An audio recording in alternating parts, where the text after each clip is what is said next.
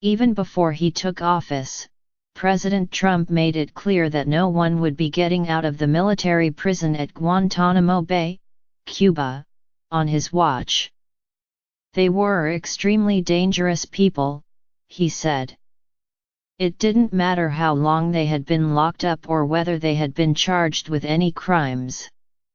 They should give up any hope of release. Mr. Trump wasn't just walking away from the efforts of his two predecessors to shrink the population of the prison and, eventually, to close it. He wanted to make it bigger, to load it up with some bad dudes, as he said. Today, 41 men remain at Guantánamo. 13 either have active cases in the military commission system or have been convicted. The rest have been held as enemy combatants, but without charge, for up to 16 years. 5 of those have been cleared for transfer, meaning that the Pentagon, the White House and intelligence agencies long ago agreed that they pose no security threat. Many of these men were arrested under questionable circumstances.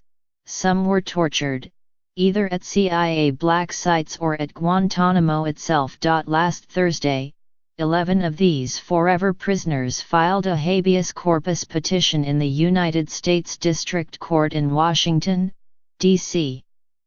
The men, all foreign-born Muslims, say their continued detention violates the Constitution's guarantee of due process and the 2001 law that gave presidents the power to send enemy combatants to Guantánamo. One of the plaintiffs, prisoner number 893, a 45-year-old Yemeni named Tolfik al-Bihani, has been held at Guantánamo for nearly 15 years. He was cleared for conditional release in 2010. The Saudi government agreed to accept him in 2016, along with 9 other Yemenis. Those 9 were all transferred, but Mr. al-Bihani remains at Guantánamo without explanation.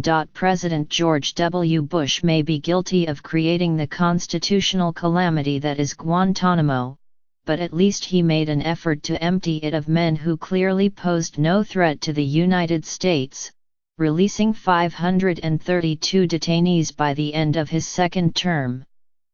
President Barack Obama, who was blocked by Republicans in Congress from keeping his campaign promise to close the prison, established regular reviews of each inmate's case and worked intensively to negotiate the transfer of those who could not be returned safely to their home countries.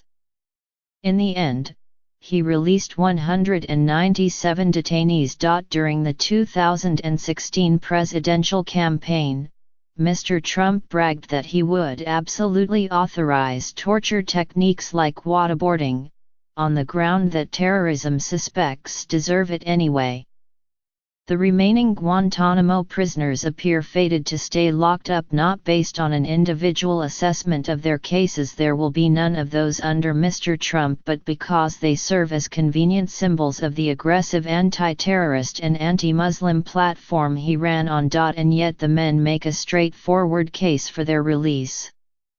The Supreme Court has ruled that prisoners at Guantánamo must have a meaningful opportunity to challenge the legal and factual grounds for their detention, which means that the federal courts have the power to review those claims and grant any appropriate relief. If the Constitution stands for anything, the plaintiffs argue in their suit, which was filed on their behalf by the Center for Constitutional Rights, it must stand for the proposition that the government cannot detain someone for 16 years without charge. The new legal challenge represents the sharpest test yet of America's commitment to its most important founding principles, the guarantee of due process and the right to habeas corpus at the Guantánamo prison. Will we continue to tolerate locking up more than 24 men there, without charge, forever?